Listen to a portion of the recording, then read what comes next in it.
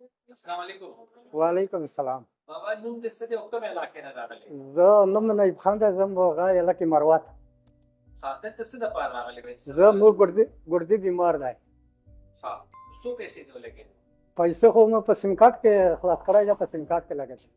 سیم کارت کې په سیم کارت کې دې پیسې وې؟ پیسې 70,000 روپۍ پکې پاتې وې. نو چې کمې شوې بیا څه چلو شو؟ الله مهرباني دی، خو داسې منافقه چې دا ډاکټران د مې ډېر خدمات کو، ډېر عزت کو، و داسې منافقه دي چې دغه ډاکټران د خدای لوی کو هسپتال چې کومه د ښه فورن په ترقي کې د ښه ریغ دی، د خورونو غریبونو عزت کو. تاسو چې پیسې کمې شوې بیا چېرته نه راغلې هغه؟ دې ته مفته پروسې وکړه ډایلیسس؟ دا ډایلیسس یې میاشته دا 2 ټیمه مې وکړم، موږ تېرته کړی دی. نو خلکو ته څه پیغام ورکول غواړې لکي مروت والا ته؟ لکي مروت ته دا پیغام ورکول چې داسې مطلب کېدای چې که سایې د میش د وطن خلک و دغه هسپتالونه چې کومه د سایې دي ریغ دي، و داسې مطلب کېدای چې دغه ډاکټرون یې صفا دي، ریغ دي، زړسویون دي، و په زړه کې صفا دي که نه، دا پیغام ورکوه که نه.